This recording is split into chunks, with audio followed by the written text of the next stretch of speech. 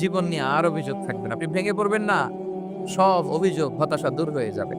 আমাদের জীবনে যত হতাশা, আমাদের জীবন নিয়ে যত অভিযোগ, আমাদের মনে যত কষ্ট, আমাদের হৃদয়ের ভেতরে যত অস্থিরতা, তার মূলে হচ্ছে এই সমস্যা যে আমরা ভুলেই গেছি আমরা পরীক্ষা দিতে আসছি।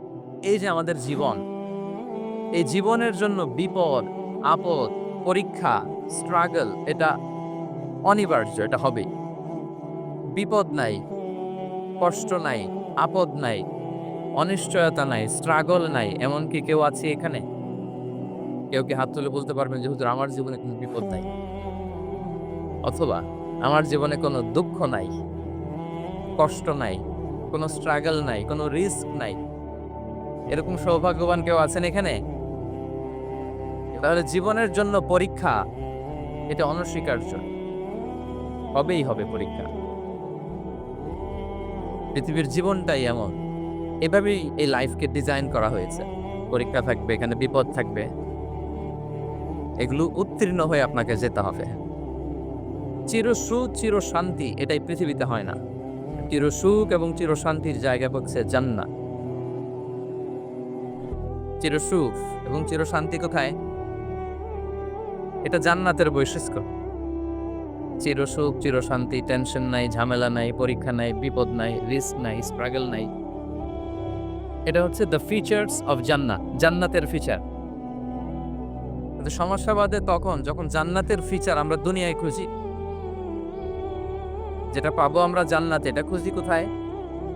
এই তখনই সমস্যা বাধে। And this is the main problem. এটাই বড় সমস্যা। এই সমস্যার সমাধান কোথায়? এটা নিয়ে আজকে আমি কিছু কথা অ্যাড্রেস করব ইনশাআল্লাহ। তো তাহলে আসুন শুনি জান্নাতের ফিচার কি? জান্নাতের কমন একটা ফিচার হচ্ছে জান্নাতে there will be no sickness in paradise. জান্নাতে কোনো অসুস্থতা থাকবে না। চিরসুস্থ। সুবহানাল্লাহ পড়েন। চিরসুস্থ, চিরসবল। কেউ অসুস্থ হবে না জান্নাতে। জান্নাত হবে অ্যান্টি এইজিং। জান্নাতে বয়স বাড়বে না কারো। চিরযৌবনা, চিরযুবক, অ্যান্টি এজিং। আপনারা জানেন যে বর্তমান পৃথিবীতে অ্যান্টি এজিং ক্রিম পাওয়া যায় না, ক্রিম?